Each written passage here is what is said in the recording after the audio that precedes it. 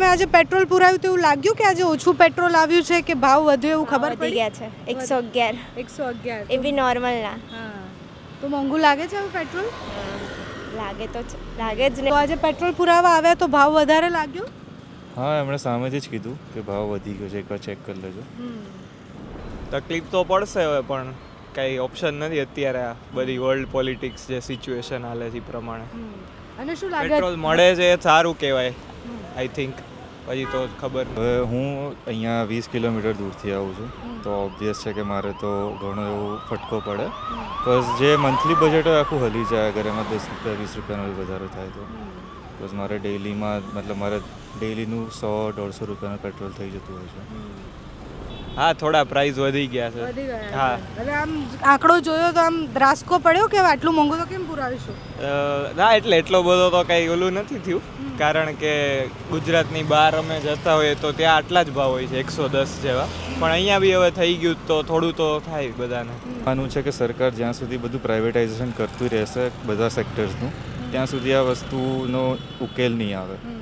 Options તો public transport use કરાય ને ઈવી એક ઓપ્શન છે, પણ ઈવી બધા પાસે તો છે નહીં, ને બાકી તો બીજું તો સાયકલ ને એ બધું યુઝ કરી શકો તો. પણ એવું બધું થશે નહીં. આઈ થિંક થઈ જશે સોર્ટ આઉટ. થઈ જશે હમ. કેટલા અમેરિકાનો જે આ એક રવૈયો છે આપણા પ્રત્યે, એ આપણે એક્સેપ્ટ ના કરી લેવો જોઈએ આટલી ઇઝીલી. એનો આપણે કંઈક તો રિસ્પોન્સ આપવો જોઈએ. એવું લાગે છે કે સરકાર બસ જે પણ કંઈ આવતું છે બસ સાંભળી લે છે અને કંઈ નહીં કહેતી, બિકોઝ એ કંઈક તો ડરમાં દબાયેલી છે. હા, પણ ભારતના રિલેશન ન્યુટ્રલ છે એટલે મને નથી લાગતું બહુ પ્રોબ્લેમ થાય આપણને. આપણે અત્યારે હજી મળે જ પેટ્રોલ, ઘણા કન્ટ્રીમાં તો બંધ થઈ ગયું છે, એટલે આપણે મળે છે સારું. એટલા વ્હીકલ્સ છે તો બી મળે છે. તો શું સોલ્યુશન છે આપણી પાસે ઇલેક્ટ્રિક મે બી ફ્યુચરમાં વધારે યુઝ થશે કદાચ. દરેક લોકો પોતાનો ફાયદો કાઢવાનું વિચારતા હોય છે આવી કોઈ સિચ્યુએશનમાં. અગર ગેસ કંપનીઝ છે તો એ લોકો પોતાનો ફાયદો કાઢવાનો વિચારે છે. ઇવન એના વર્કર્સ છે તો એ લોકો બી પોતાનો ફાયદો કાઢવાનો વિચારે કે હમણાં ભલે ગેસ નથી મળતો, તમે અમને બીજા એક્સ્ટ્રા 500 રૂપિયા એક્સ્ટ્રા 1000 રૂપિયા આપો, અમે કંઈ કરીને બ્લેકમાં અપાવી દઈશ. ઈરાન સાથે અમારા વર્ષો જૂના સંબંધ છે, અને પછી એક બાજુમાં તમે ઇઝરાયલ અમેરિકા અગર કંઈ કરે છે તો એના સપોર્ટમાં તમે આખા યુદ્ધના સિચ્યુએશન પર કંઈ પણ ના બોલવા માટે રેડી થઈ જાઓ છો. તો that is not how it works.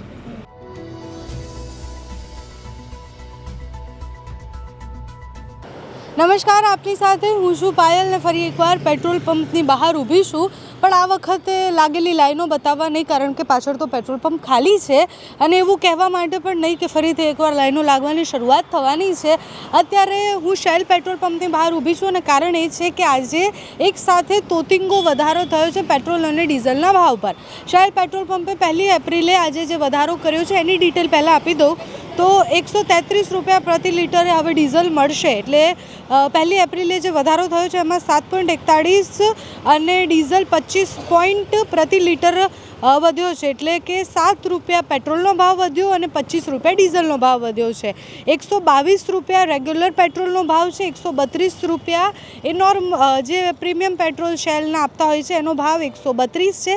ડીઝલનો ભાવ એ રેગ્યુલર ડીઝલનો ભાવ 123 છે અને પ્રીમિયમ ડીઝલનો ભાવ 133 છે. એટલે તમે સમજો કે એક સાથે 25 રૂપિયાનો વધારો અને 7 રૂપિયાનો વધારો એ સામાન્ય મધ્યમ વર્ગના માણસના ખીચામાંથી જવાના છે. ઈરાન ઇઝરાયલનો વોર, અને એ વોર પછી જ્યારે પેટ્રોલની અછત થશે કે પછી પેટ્રોલના ભાવ વધશે, એ બધી સંભાવનાઓ જ્યારે વ્યક્ત કરવામાં આવી હતી ત્યારે નાયરા પેટ્રોલ પંપે ઓલરેડી ભાવ વધારી દીધા હતા. હવે શેલ પેટ્રોલ પંપે ભાવ વધાર્યા છે, અને અહીંયા પણ અટકે એવી સંભાવનાઓ નથી, કારણ કે પ્રતિ બેરલ જે ભાવ વધ્યો છે એ ડોલરનો ભાવ વધવાનો છે, અને એટલે નોર્મલ પેટ્રોલનો ભાવ પણ સંભવિત રીતના વધી શકે છે. આ યુદ્ધ વધારે લાંબુ ચાલે તો આપણને બધાને અસર કરી શકે તેવી સંભાવનાઓ છે, જે અત્યારે પણ અસર કરી રહી છે. આજે 1 એપ્રિલ છે એટલે કે નવું નાણાકીય વર્ષ પણ શરૂ થયું છે, અને 1 એપ્રિલથી જ જે વસ્તુઓનો ભાવ વધવાનો હતો એની ડિટેલ આપણે આપી હતી. હવે પેટ્રોલનો આ વધેલો ભાવ એ સામાન્ય માણસના ખિસ્સા ખાલી કરી દે એવી રિપીટ અત્યારે પેટ્રોલનો વધતો ભાવ અને આગળ જતાં એ વધી શકે એવી સંભાવનાઓ એ સામાન્ય માણસના ખિસ્સા પર અસર કરી શકે છે. અહીંયા આવ્યા છીએ તો લોકો સાથે વાત કરવાનો પ્રયાસ કરીશું કે ખરેખર એ લોકોને કેટલો ફરક પડે છે આ વધેલા ભાવથી. શું નામ છે તમારું? સુરભી. અને સુરભીબેન, તમે આજે પેટ્રોલ પુરાવ્યું તો એવું લાગ્યું કે આજે ઓછું પેટ્રોલ આવ્યું છે કે ભાવ વધ્યો એવું ખબર વધી પડી? ગયા છે 111 111 એ બી નોર્મલ ના હા, તો મોંઘું લાગે છે હવે પેટ્રોલ? લાગે તો લાગે જ ને ઓબ્વિયસલી. તો અહીંયા પેટ્રોલ પુરાવા આવ્યા એની પહેલાં ખબર હતી કે ભાવ વધ્યો છે? ના, એટલે હું બહુ ઓછી નીકળું છું, હમ. પણ નોર્મલ તો ખબર છે કે આટલા રેગ્યુલર ભાવ ચાલે છે, પણ આજે કંઈક વધારે છે, 111 રૂપિયા છે અને જે પાવરના 121 છે. તો સામાન્ય માણસના ખિસ્સા તો ખાલી થઈ જાય પેટ્રોલ પુરાવા? ઓબ્વિયસલી થઈ જ જવાના છે. આની પહેલાં પેટ્રોલની લાઈનો લાગી હતી ત્યારે ઊભા રહ્યા હતા? ના નહોતા ઊભા રહ્યા. ના, શું લાગે આ યુદ્ધની પરિસ્થિતિમાં બધું જો ધીરે ધીરે મોંઘું થયું તો કેટલી અસર થશે? અસર તો થશે જ, નોર્મલ પીપલને વધારે થશે. એટલું પોસાય એમ છે પેટ્રોલ મોંઘું? ના, તો શું સોલ્યુશન છે આપણી પાસે? ઇલેક્ટ્રિક મે બી ફ્યુચરમાં વધારે યુઝ થશે કદાચ. અને સરકારે શું કરવું જોઈએ આવી પરિસ્થિતિમાં, તમને શું લાગે છે? એ તો એમની રીતે શાયદ કરતા જ હશે કે નોર્મલ પીપલને આનાથી ઓછું ઇફેક્ટ થાય, તો બી સરકારે ટ્રાય કરવો જોઈએ કે આપણને અહીંયા સુધી ઓછી ઇફેક્ટ થાય યુદ્ધની. Okay, thank you. શું નામ છે તમારું? દૈવિક. અને દૈવિકભાઈ, આજે પેટ્રોલ પુરાયું તો કંઈક અલગ લાગ્યું? હા, થોડા પ્રાઇસ વધી ગયા છે. વધી ગયા? હા. એટલે આમ આંકડો જોયો તો આમ દ્રાસકો પડ્યો કે આટલું મોંઘું તો કેમ પુરાવીશું? ના, એટલે એટલો બધો તો કંઈ ઓલું નથી થયું, કારણ કે ગુજરાતની બહાર અમે જતા હોઈએ તો ત્યાં આટલા જ ભાવ હોય છે, 110 જેવા. પણ અહીંયા બી હવે થઈ ગયું તો થોડું તો થાય બધાને. શું લાગે સામાન્ય માણસને વધારે તકલીફ પડશે આનાથી? તકલીફ તો પડશે હવે, પણ કંઈ ઓપ્શન નથી અત્યારે. આ બધી વર્લ્ડ પોલિટિક્સ જે સિચ્યુએશન હાલે છે એ પ્રમાણે અને શું લાગે? પેટ્રોલ મળે છે એ સારું કહેવાય, આઈ થિંક. પછી તો ખબર નહીં. અચ્છા, અને શું લાગે છે કે શેલ પેટ્રોલ પંપે અત્યારે ભાવ વધાર્યો, એની પહેલાં નાયરાએ વધાર્યો, તો હજી બીજા બધા નોર્મલ પેટ્રોલ જે મળતા હશે એનો ભાવ પણ વધી જાય તો પછી બહુ મોંઘું થઈ જશે બધું. હા, જો બધા પ્રાઇસ વધારશે તો થોડું તકલીફ પડશે, પણ એટલે જ અમે પહેલાં ભરાવી લીધું કે પછી ફ્યુચરમાં વાંધો. ક્યાં સુધી ચાલશે? હા, એટલે જેટલું ચાલે એટલું. અને શું લાગે કે આ અત્યારે જે પરિસ્થિતિ છે યુદ્ધની, એ યુદ્ધની પરિસ્થિતિ લાંબુ ચાલે તો ભારતને હજી વધારે અસર થાય તો આપણે એમાંથી કેવી રીતના બહાર નીકળી શકીએ?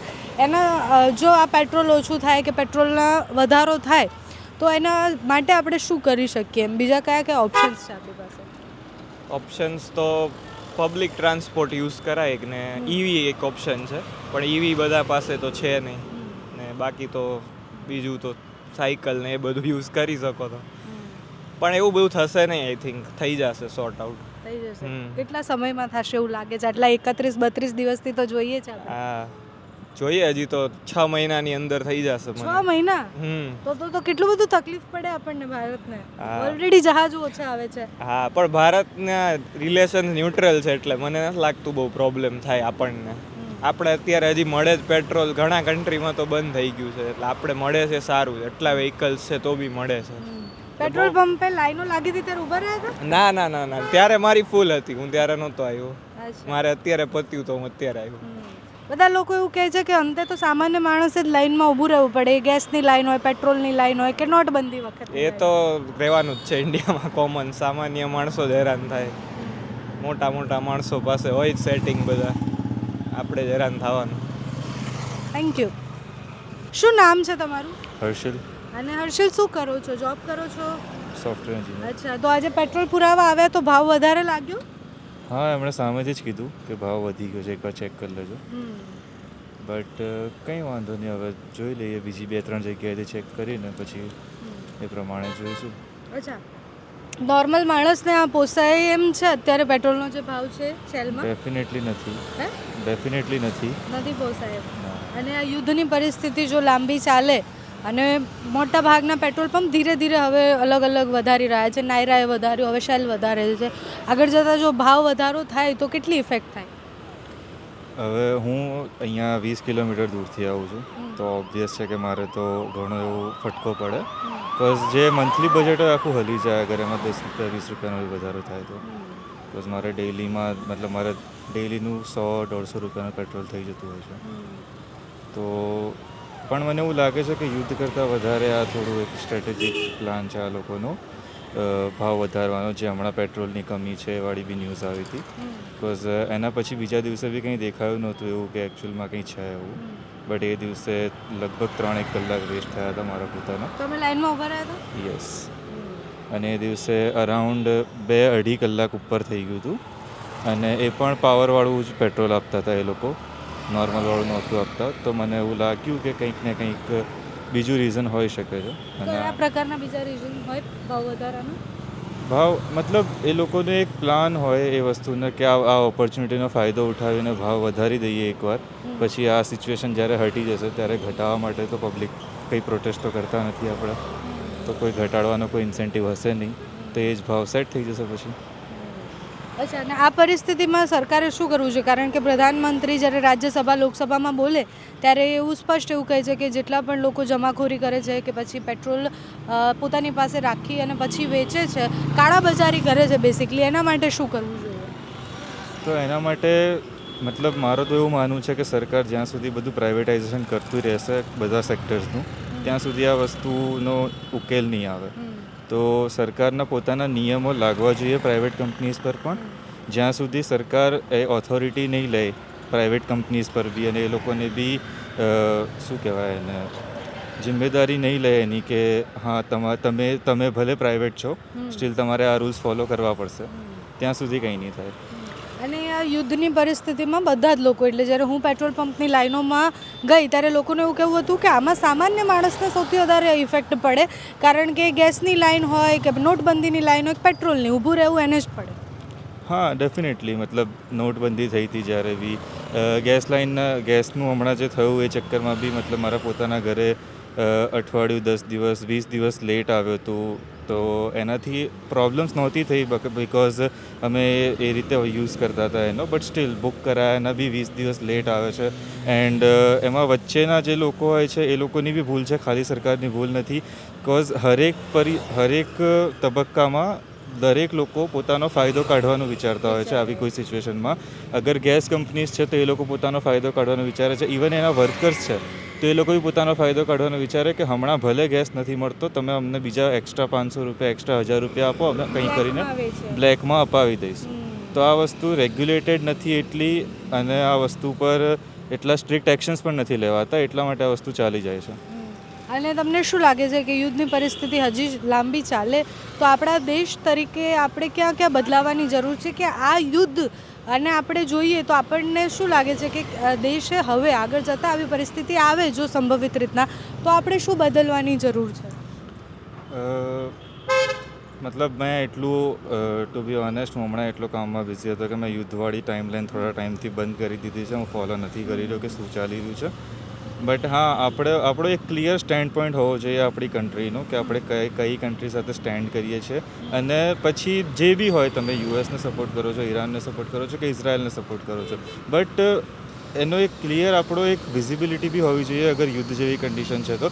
બિકોઝ આપણે એક નાની કન્ટ્રી નથી, આપણે અત્યારની વર્લ્ડની લાર્જેસ્ટ પોપ્યુલેશનવાળી કન્ટ્રી છે. તો આપણો એક ક્લિયર સ્ટેન્ડ પોઈન્ટ હોવો જોઈએ. આપણે દોગલાપંથી ના દેખાવી જોઈએ આપણા વ્યૂઝમાં એઝ અ કન્ટ્રી. તો જે બી કરો છો તમે, એક સાઈડમાં તમે એમ કહો છો કે ઈરાન સાથે અમારા વર્ષો જૂના સંબંધ છે, અને પછી એક બાજુમાં તમે ઇઝરાયલ અમેરિકા અગર કંઈ કરે છે તો એના સપોર્ટમાં તમે આખા યુદ્ધના સિચ્યુએશન પર કંઈ પણ ના બોલવા માટે રેડી થઈ જાઓ છો. તો that is not how it works.